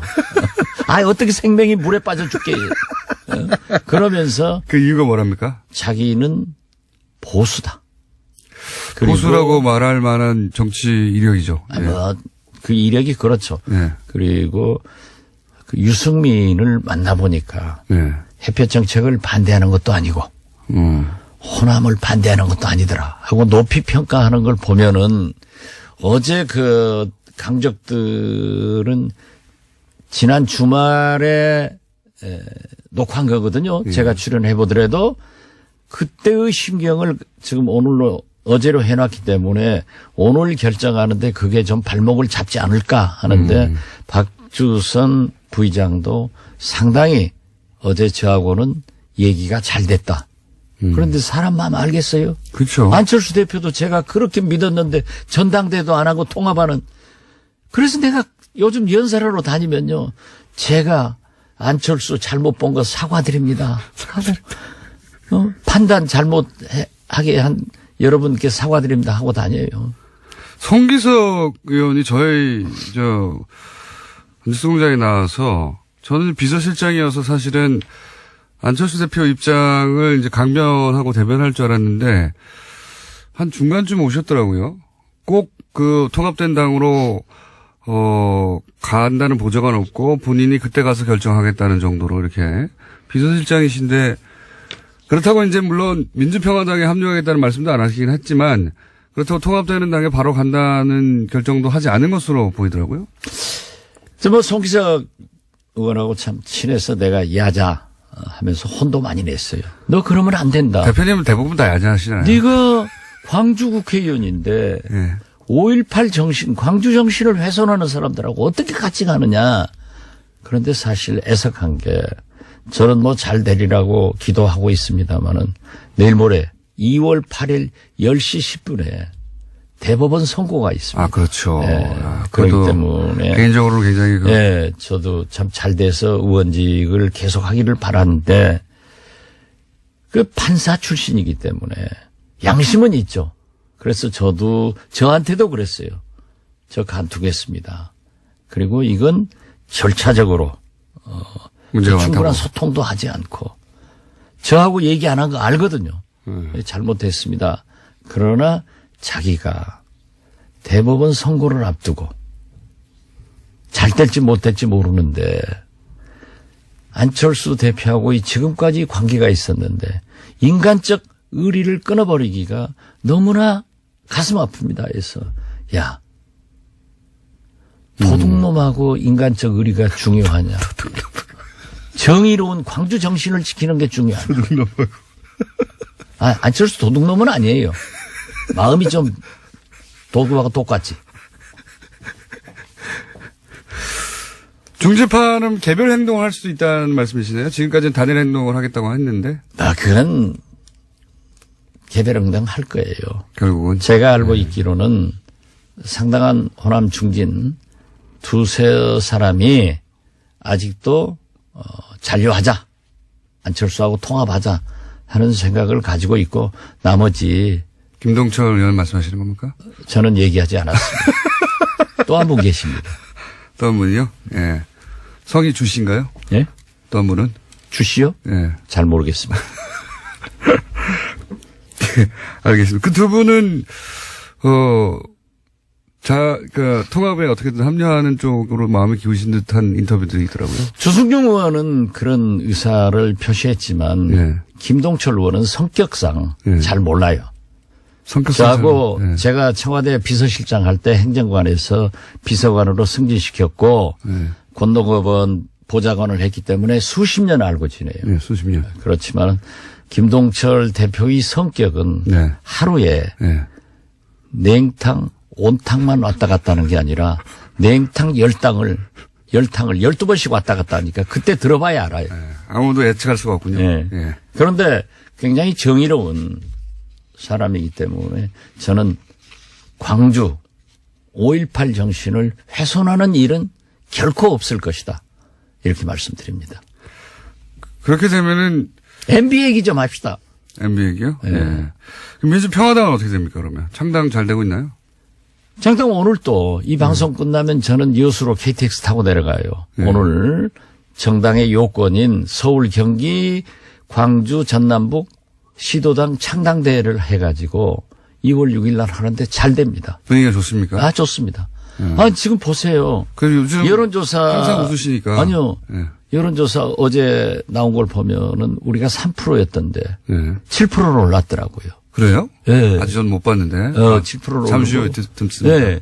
그리고 물론 이 국민의당과 바른정당을 합쳐놓으면 약 11% 되더라고요. 네. 그 11% 나온다. 그러지만은 제가 자꾸 말씀드립니다만은 야권 통합, 동서화합 이렇게 물으면은 다 지지합니다. 그런 효과가 그런데 우리는 자꾸 국민의당 반대파, 호남당 이렇게 물으면서 부정적인 민주평화당 예. 이러니까 그래도 7%가 오른 거 보고 몇 명입니까, 그러면? 처음에 딱 창당될 순간에. 우리 의원들이요. 예, 숫자를 말씀해 주세요. 지금 현재 확실하게 서명한 사람은 박주선 부의장은 200만 원까지 냈는데 예. 자기가 받는다고 하면은 17명입니다. 17명. 예. 그런데요. 예. 연연할 필요 없어요. 그럴 필요 없다. 예, 개문 발차하면 다 온다. 결국은 다 오게 되겠다. 그럼 다 오게 되는 시점은 올림픽 이후? 올림픽 그럴 지금? 거예요. 예. 우리가 창당하면은. 창당하면. 그리고 아니 의원들이 예. 법을 만드는 사람이고 지키는 것은 잘 안 지킨다고 사회적으로 비난을 국민들로부터 받지만은 전당대회도 없는 통합을 보고 어떻게 그 전당대. 불의한 예. 당에 남아 있겠어요. 그 전당대회를 안 하는 건 진짜 상상하기 힘든 일인데 어쨌든 그렇게 됐습니다. 이건 완전히 세계적 기네스북에 오르는 일이에요. 정당사에 기록되고. 예. 보통은 이제 과장이신데 이건 맞습니다. 이게 기네스북에 오를 만한 일이긴 합니다. 아니, 나는 칭찬해 주니까 나한테 과장한다고요? 방송 시작하기 전에 나보다 과장해서 말하라고 얼마나 꼬드기고 말이지. 저러니까 공장장 믿지 마세요. 청취자 여러분, 박지원을 믿으세요. 자, 이명박 전 대통령이 올림픽 개편막식에 초청장을 받고 본인이 참석하겠다고 했어요? 예. 왜 그랬다고 보십니까? 참석해야죠. 그래도 지금 현재 예. 우리나라 헌정사 얼마나 불행합니까? 전직 대통령 예우를 받고 있는 대통령은 이명박 대통령 한 분입니다. 현존하는, 그렇죠. 네, 생존하는 대통령 중에서. 그런데 곧 그게 박탈될 건데 네. 마지막 행사 해야죠. 마지막 행사. 그러니까 MB의 3대 빅 이벤트가 지금 기다리고 있는데 첫째, 평창 동계올림픽 개막식에 참석한다. 예. 두 번째, 서울중앙지검 앞에서 기념사진 찍는다. 세 번째, 서울구치소로 향하는 모습 사진 찍는다. 이게 기다리고 있는 거예요. 그래 가야죠.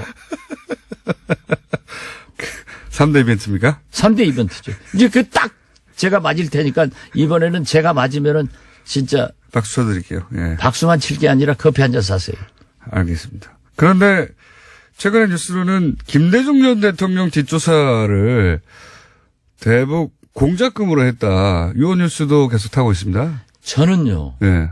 어제 SNS에다도 페북에다도 올렸습니다만은 땡큐 MB입니다. 땡큐 MB. 진짜 이번만은 MB한테 감사하고요. 어떤 의미에서 감사합니다. 왜냐하면요. 예. 지금도 이 보수 우파 일베들이 김대중 대통령이 수조 가지고 있다. 뭐 미국에 숨겨놨단 말 뭐 많죠? 미국에 있다. 부동산이 있다. 박지원이 어쩐다. 측근들 어쩐다. 심지어 뭐 권노가 어쩐다. 네. 별 얘기를 다 하거든요. 네. 그리고 SNS에서 볼 수가 없어요. 네. 댓글 달고. 그러는데 MB가 국정원 시키고 2년 동안 털었는데도. 국세청장 시키고 예.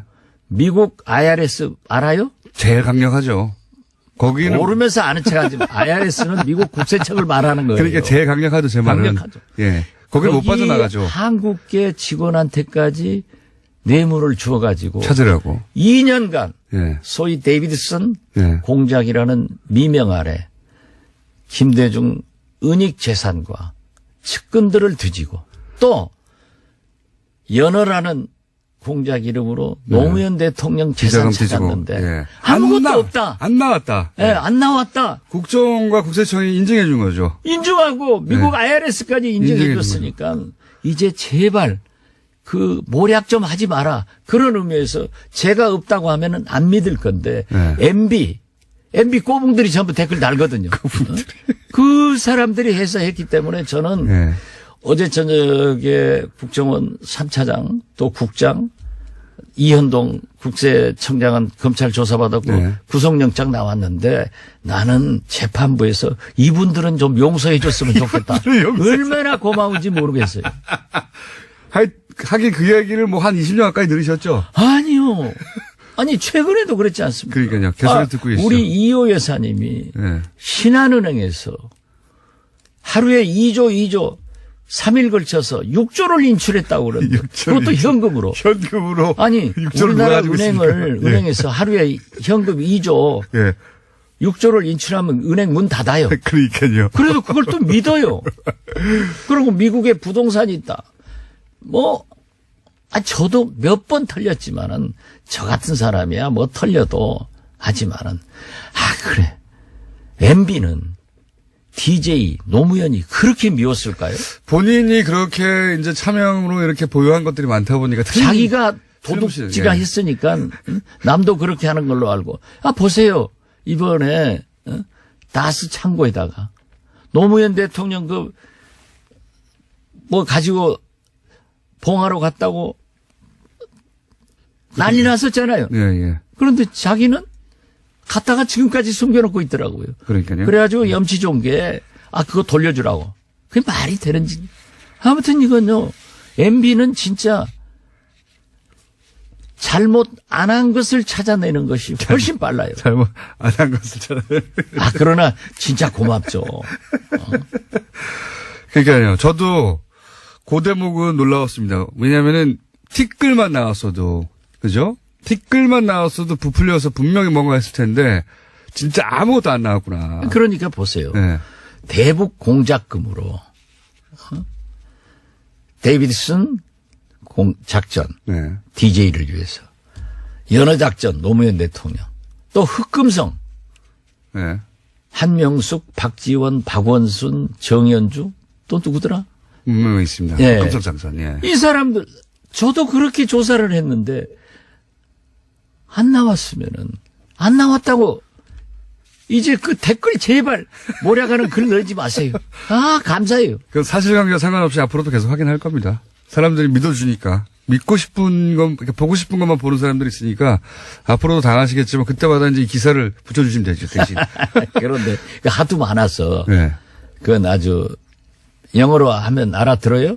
이그노 하는 거예요. 이그노가 무슨 말인지 알아요? 무시하는 게 무시. 이그노라는 단어를 아는데 그렇게 발음하는 건 처음 들었습니다. 예, 이그노. 한국말로 해야지. 사람 이름 같습니다. 이그노. 자, 오늘 시간이 다 됐고 혹시 이거 했었어야 되는데 시간 지나가지고 못했네 하시는 말씀 있어요? 예, 평창 예. 동계올림픽은 성공시켜야 됩니다.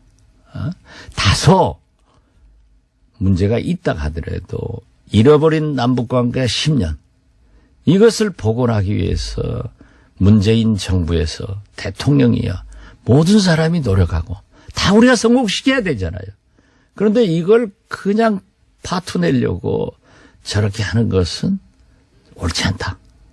그래서 아까 박영선 의원 강조하던데 우리가 조금 양보하더라도 이걸 성공시켜서 자꾸 좋은 방향으로 가자. 이런 일을 하는 것이 민주평화당이다. 그리고 오늘 2시에 서울, 경기, 광주, 전남북 창당대회가 있으니까 많이 참석해달라. 꼭 이 말 하고 싶네요. 광고. 광고 아니죠. 여기까지 하겠습니다. 공지죠. 예, 아직까지는 소속이 국민의당 박전대 대표였습니다. 저는 당원권 징계 먹어서 아무것도 아니에요. 그렇게요? 그리고 제 그러면, 명함도 다 바꿔버렸어요. 그러면 지금 무소속입니까? 아니, 공중에 떠 있는. 아직은 징계당한 그런 거. 국민의당에서 징계당한 박지원 전 대표였습니다. 그래도 훨씬 잘 나갈 박지원입니다. 감사합니다. 예, 감사합니다. 알려주마. 예. 틈새에서 빠르게 주중에 여론을 알려드리는 시간입니다. 다 대부분 뭐 주말 주초에 하는데 저희만 주중에. 그러다 보니까 다른 조사하고 항상 다릅니다. 자, 오늘 시간이 그게 많지 않기 때문에 빠르게 짚고 네. 갈까요? 네. 어떻게 됐습니까, 여론? 예, 대통령 반등했습니다. 지난 3주간에 내렸는데요. 62.6%로 반등을 했고요. 1.8%포인트 상승했습니다. 부정평가라는 1%포인트 하락해서 33.6%를 기록했습니다. 알겠습니다. 뭐, 그 수치는, 네. 일단, 상승, 내림세를 멈추고 반등했다. 이 정도로 이제 받아들이고. 네, 일간으로 조금 소개를 시켜드리면은. 궁금하지 않고요. 네.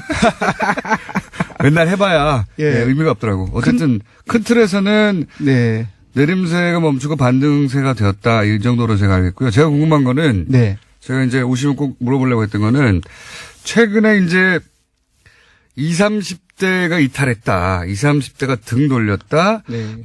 총선 때 보자 또는 평창 유감 이런 검색어가 등장하고 하면서 봐라 20대가 완전히 등 돌렸지 않느냐라고 하는 증거 혹은 징후로서 계속 거론되고 보도되거든요. 네네. 그러니까 제가 보기에는 20대 30대가 이탈했다고 하는 프레임은 비트코인 때부터 시작해가지고 단일팀을 거쳐가지고 보수 매체들이 밀고 있는 프레임이에요. 밀고 있는 프레임이고 굉장히 많이 유포시키려고 노력하고 있는 건데 네. 그러면 여론조사 전문 기관에 계시니까 전문가로서 쭉 추이를 보실 거 아닙니까? 네네. 그럼 결론적으로 말해서 20대 지금 평균 지지율 어떻게 됩니까? 최근에. 이번 주는 어떻습니까? 70.7%입니다. 네. 어디 이탈했다는 거야? 그리고 그러면 30대는요?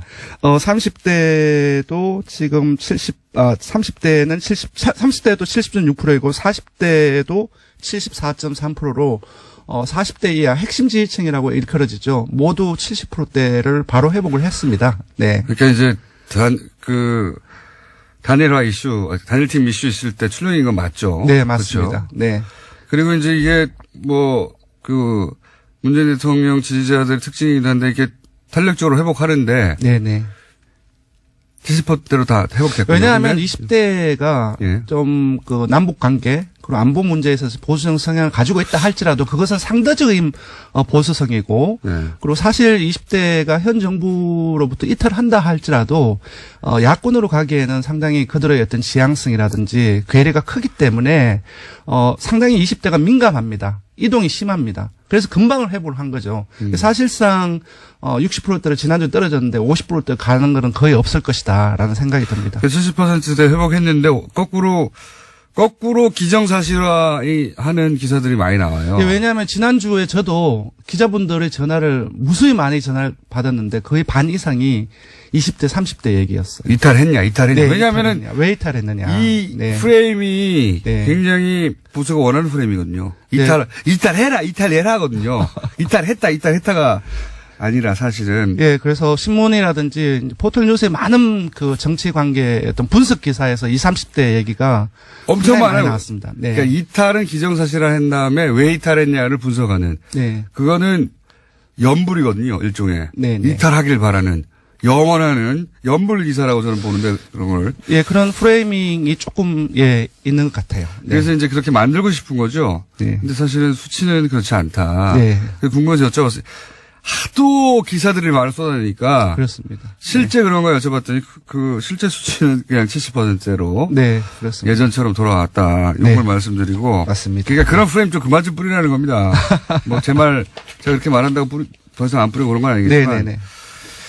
정당 어떻습니까? 정당. 예, 정당지도 짧게 소개시켜드리겠습니다. 짧게 예, 하죠. 민주당이 48.5%로 다시 상승을 했고요. 한국당이 지난주에 19대 대선 이후 처음으로 20%대를 넘어섰는데요. 소폭 하락했습니다. 19.7%이고요. 바른정당이 5.8%, 정의당이 5.5%, 국민의당이 4.7%입니다. 그 전당대회 관련해서 많이 논란이 있었는데요. 29일 월요일에는 3.3%로 창당 후 최저치를 기록했고요. 예, 많이 이탈을 했습니다. 잠재정당 지지도 바로 넘어가면은 통합개혁신당이 1.6%포인트 하락해서 11%, 그리고 민주평화당이 아까 7%라고 말씀하셨는데 저희 지표로는 조금 하락을 해서 2.9%가 나왔습니다. 알겠습니다. 네. 이거는 양당 모두 창당을 한 다음에 창당한 이름으로 여론조사를 해봐야 이제 제대로 나올 것 같긴 한데, 어쨌든 참고하시라고 말씀드린 것이고. 예, 통합개혁신당을 지난주에 모든 지역에서 10%대를 넘었었는데요.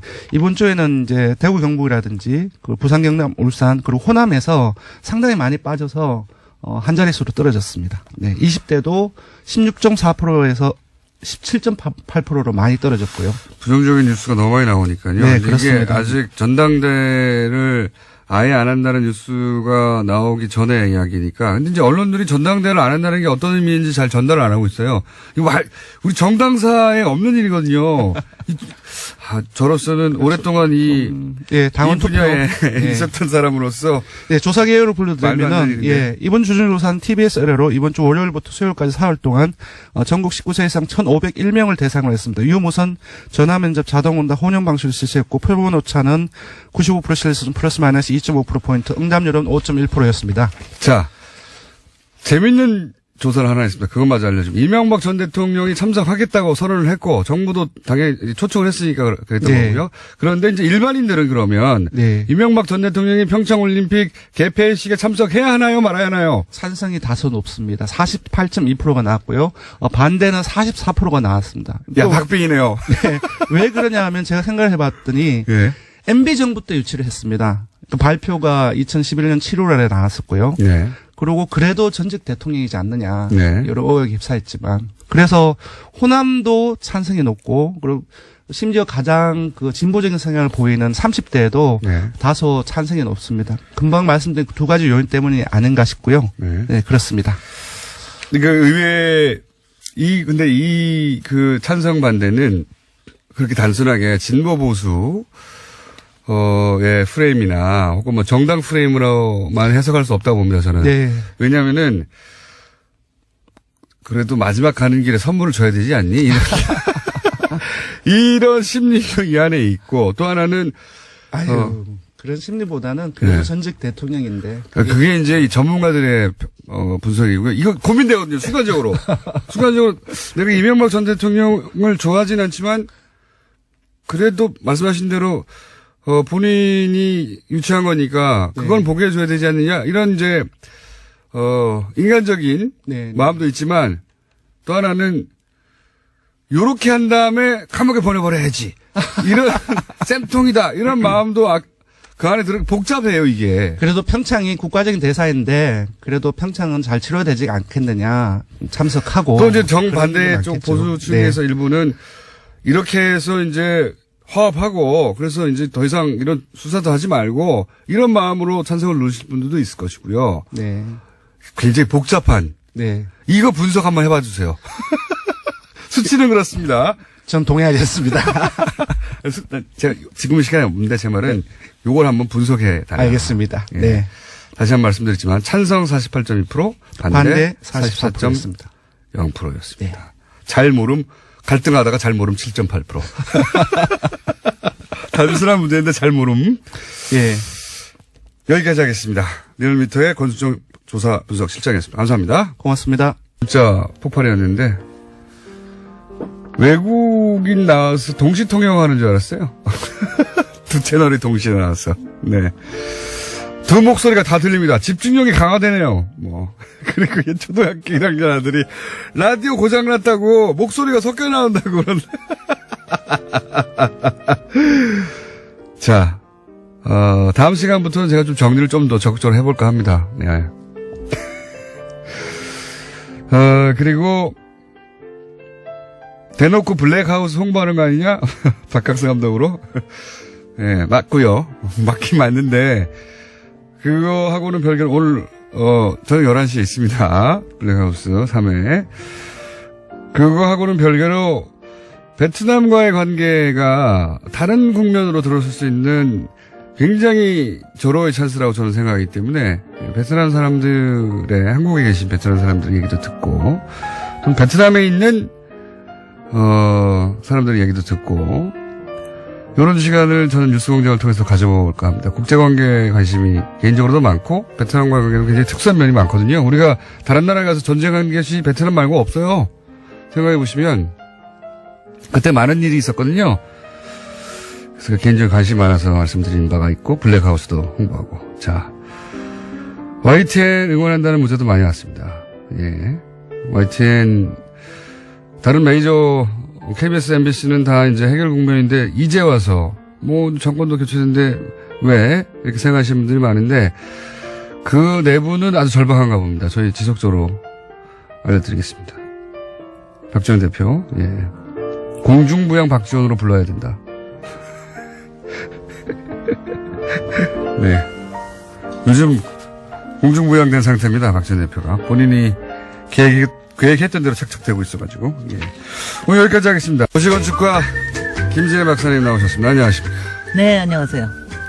자, 우리가 이번 겨울 동안에 정책까지 공부하기로 했는데 잠깐만 오늘은 돌발 주제입니다. 네. 요새 영화 1987이 좀 상영 중에 이 얘기를 하는 게 좋을 것 같아서 오늘 좀 긴급하게 들고 나온 피크에서 게 약간 내려오긴 했지만 네, 예. 지금 이제 700만 돌파했고 조금 네. 더 갈 것 같지만 이제 곧 끝일 것 같아서 그 건물 안에 나오는 남영동 대공분실 건축물에 대해서 얘기를 꼭 한번 해야 될 것 같아요. 이게 역사적으로 이제 접근하십니까? 아니면 건축학적으로 접근하십니까? 이게 이제 사실은 이제 어느 쪽에서 보느냐에 사실은 많은 분들이 뭐 민중학자도 그렇고 심리하는 분도 그렇고 철학하는 사람들, 역사학자, 건축학자 굉장히 많은 이 건물에 대한 얘기를 많이 쓰셨어요. 네. 근데 이게 이제 일종의 건축의 흑역사거든요. 이제 그렇겠죠. 이 흑역사 때문에 사실 이거를 알고 계신 분도 있고 모르고 계시는 분들도 있을 텐데 예. 이게 왜 이제 건축의 흑역사라고 그러냐 하면은 이제 남영동 대공분실의 그 비극적이고 정말 암흑적인 그런 역사에 대한 것 자체가 그런 것뿐만이 아니라 그 건물을 설계한 사람이 대한민국의 대표 건축가라고 일컬어지는 김수근이라는 건축가라는 거. 아, 그래요? 그건 몰랐습니다. 뭐 그걸 모르셨어요? 몰랐어요. 그러니까 들고 나왔어야 됩니다. 저는 이제 이거를 알게 된 건 이것이 밝혀진 게 2000년대 초입니다. 노무현 정부 때 아마 그때 밝혀진 거. 궁금한 저도 건 그때 처음 알았어요. 그 충격적인데 그분은 그러면 이 건물의 목적을 알고 설계한 거예요? 그거는 굉장히 중요한데. 명확하지가 않습니다. 예. 그 뭐냐면 이제 김수근 건축가는 1986년에 돌아가셨기 때문에 그리고 이 건물은 1976년에 설계됐고 또 1983년에 다시 증축이 돼서 5층에서 7층으로 증축이 됐는데 이 안에 이게 얼마나 공포를 자극하느냐는 영화에도 잘 표현이 있지만은 일단은 빽빽 돌아가는 계단 뭐 이런 거. 나선 계단. 네. 그다음에 이제 정말 블랙하우스예요. 네. 시커먼 이제 전벽돌로 지어져 있고. 그냥 정보기관에 쓸 건물이다 이렇게 생각하고 만드신 건가요? 아니면 진짜로 이 목적을 알고 만드신 그러니까 건가요? 당시에 건축 허가 도면에는 남영동 오피스라고만 그것도 영어로 써 있다고 그래요. 네. 근데 이제 이걸 아셔야 되는 게 뭐 당연히 그때는 내무부에서 발주한 프로젝트인데 하지만 오피스 건물처럼 안 돼 있잖아요, 내부가. 내부는 실제로 오피스처럼 돼 있습니다. 아니, 제 말은 뭐냐면 나선형 계단이라든가 물론 뭐 나중에 해석을 그렇게 해서 그럴지 아니, 모르겠어요. 그러니까 이제 이렇게 좀 저걸 해볼게요. 제가 처음 이걸 들었을 때는 저도 이건 모르고 했을 거다. 네. 그 다음에 그 다음에 인테리어를 얼마든지 바꿀 수가 있잖아요. 그렇죠. 인테리어를 바꿔서 했을 거다. 마치 이제 그걸 쪼개서 했기 때문에 그랬을 거다. 그러니까 김수건 선생님이 이걸 알고 했을 리가 없다라고 하는 쪽으로 저는 이제 아무래도 그렇죠. 건축인이니까. 그렇게 이해하고 싶은 거죠. 그리고 이제 예. 김수근 선생님은 대한민국 대표 건축가뿐만 아니라 문화예술에 굉장한 족적을 남기시고 또 인본주의적인 건축가로 맞습니다. 알려져 있는데 네. 그럴 리가 있겠는가. 그럴 리가 있겠느냐. 이러고서는 이제 처음에는 그랬습니다. 그래서 저도 증거를 찾으려고 정말 노력을 많이 했어요. 모르고 그럴 했을 리가 거라고 있느냐. 하는. 그러니까 네. 그리고 만약 알고 했더라도 밑에서 했을 거다. 네. 왜냐하면 이제 솔직히 76년도라고 그럴 것 같으면 아직은 민간 시장이라는 게 거의 없을 때예요. 거의 관공서 건물로 먹고 살 때입니다. 건축가들도. 그리고 뭐 김수근 선생님이 사실은 권력가들하고 굉장히 친한 뭐 거의 유착 관계라고 할 정도로 친한 건축가였기 때문에 대표적인 건축가였으니까요. 그랬으니까는 이제 아마 그랬을 거다라고 했는데 이게 이제 정확히 알려진 거는 저도 이거 그러니까 공간에, 그러니까 김수근 선생님이 운영하시던 건물, 설계사무소 이름이 공간인데. 네, 알고 있습니다. 저도. 공간에서 설계했다는 건 확실해졌어요. 예. 더군다나 특히 2012년에 그때 이제 임수경 의원이 모든 대공보안 분실에 대해서 모든 조사를 하고 도면을 받았어요. 국회에서. 네. 그때 국회에서 저도 처음으로 받은 도면을 봤습니다. 네. 이거는 이제 도면을- 도면에 보니까 정확히 표시가 되어 있습니다. 아. 정확히 표시가 돼 있고 도면을 처음에는 보니까 아니 아는구나. 저는 또 이런 거 혹시 호텔은 아니더라도 간첩이라고 생각했기 때문에 그런 사람들을 수용하기 위한 일종의 호텔처럼 운영한 거 아닐까 하고 봤는데 그 안에 시방서를 보니까 네. 처음부터. 그 욕실은 오픈 욕실에다가 네. 오픈 욕실은 안 하거든 욕실을 만들더라도 그리고 그 뭐 바깥에서 감시하는 거라든가 모든 그 흡음재를 쓴 거라든가 조명을 바깥에서만 할 수 처음부터 있다는 그렇게 돼 있어요? 이런 게 다 시방서로에 돼 있는 거예요. 근데 아직도 정확치 않은 거는 그게 83년에 증축할 때 그렇게 만든 건지 아니면 1970년도 애초부터 그렇게 만든 건지는 명확치가 않습니다. 그러니까 건물에 그 주요 골자를 만들 때는 그 목적을 모르고 만들었을 수도 있는 여지가 아직은 남아있네요. 아직은 남아있는 거죠. 근데 네. 이제 이거를요. 이거 저도 가끔 이거는 정말 흑역사라서 저한테도 충격이었고 그래서 그 다음에 이제 여러 가지를 오픈 상상을 욕실이라는 건 해보는데 상상할 수가 없죠. 오픈 욕실은요 정말 네. 상상할 수가 없는 거예요. 그러니까 왜 욕실을 다 제가 열어놓고 도면에다가 합니까? 네. 문 있는 거 아니야? 그리고 문도 챙겨보고 이제 많이 저거 했는데. 시방서 처음부터 그리고 없더라. 이제 좁고 긴 창문 네, 바깥에 예. 내다볼 바깥에 잠깐 내다만 볼 수 있고 이제 몸을 투신할 수 없는 좁고 긴 창문. 근데 이게요. 그런 거를 만약에 처음부터 했다면 알고 한 거잖아요. 알고 한 거. 더군다나 왜 5층에다 했느냐. 지하가 아니라. 뭐 이런 등등의. 근데 이제 이게 사실 이거에 대한 진실은 사실은 모를 수도 있고 사실은 알려질 수도 있어요. 앞으로 저는 이제 사실 솔직히 제 지금 심정이 아니라 그동안의 심정이 사실 공간사가 굉장히 많은 후배 건축인들을 생산을 했고 그리고 그때 일했던 사람들도 다 있습니다. 생존하신 분들이 많습니다. 그분들이 저는 좀 증언을 해주셔야 된다고 생각해요. 진실에 대해서. 그리고 이게 모를 수도 있죠, 그분들도. 아니 모를 수도 있지만 사실 모든 건축 도면에는 누가 책임 취프라는 거 이런 거 다 쓰게 돼요. 누가 도면을 그리고 다 쓰게 돼 있거든요. 알려면 알 수가 있습니다. 그리고 나서서 왜냐하면 이런 거는 이런 흑역사에 대한 거는 명확하게 해야 된다라는 거 하나. 그다음에 또 하나는 이게 이제 그 많은 그 학자들이 분석을 하면서 이게 지킬거 하이드 같은 거다. 이게 이제 왜 더군다나 이제 제가 건축인으로서 굉장히 이 딜레마에 빠지는 건 뭐냐면은 여기 나온 어휘들. 건축 어휘들, 그러니까 전벽돌이라든가, 좁고 긴 창문이라든가, 둥근 입구라든가, 나선형 계단이라든가, 이런 건축 어휘들이 있잖아요. 옵티콘 장상학. 네네. 그게 이제 그런 것들이 사실은 김수근 선생님이 설계하시고 우리나라의 최고 건축물이라고 하는 공간사옥에서도 다 나오는 것들입니다. 그러네요. 다 나옵니다. 네, 그러네요. 공간사옥 가보셨군요. 예, 예. 공간사옥 가보면은 그렇게 돼 있죠. 정말 한국적이고 그 안에 보면은 그 똑같은 나선형 건물도 똑같이 맞아요, 있어요. 맞아요. 예. 그 전벽돌 똑같은 거 써. 그리고 비슷한 시기에 이게 된 겁니다.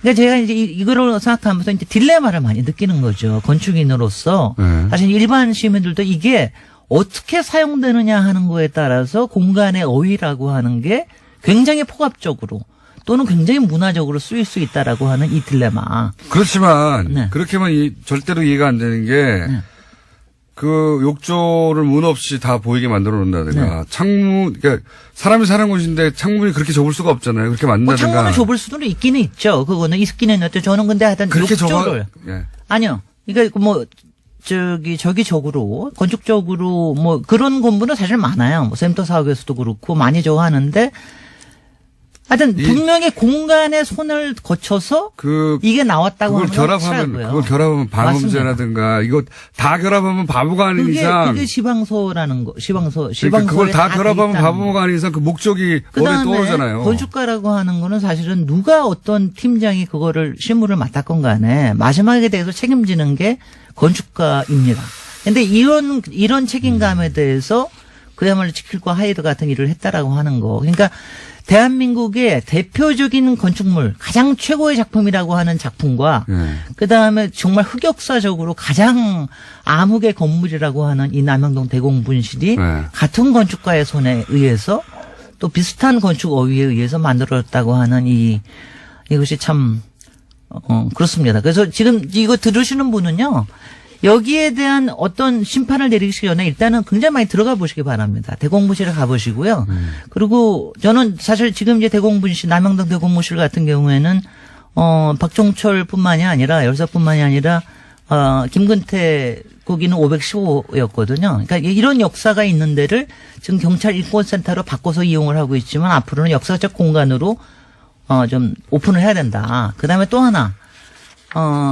그 공간 사옥에는 지금 담쟁이들을 굉장히 많이 있어서 더 이렇게 풍부하게 만들어지는데 저는 이 건물에도 좀 담쟁이를 좀 올려야 되는 게 아닌가 뭐 하여튼 이런 생각도 한편에서 하고 있고 굉장히 여러 가지 점에서 알겠습니다. 시민들이 생각하기에 굉장히 좋은 건축물이자 건축의 흑역사. 생각할 거리를 많이 주는 건축물이네요. 그렇습니다. 예. 여기까지 하겠습니다. 김진애 박사님.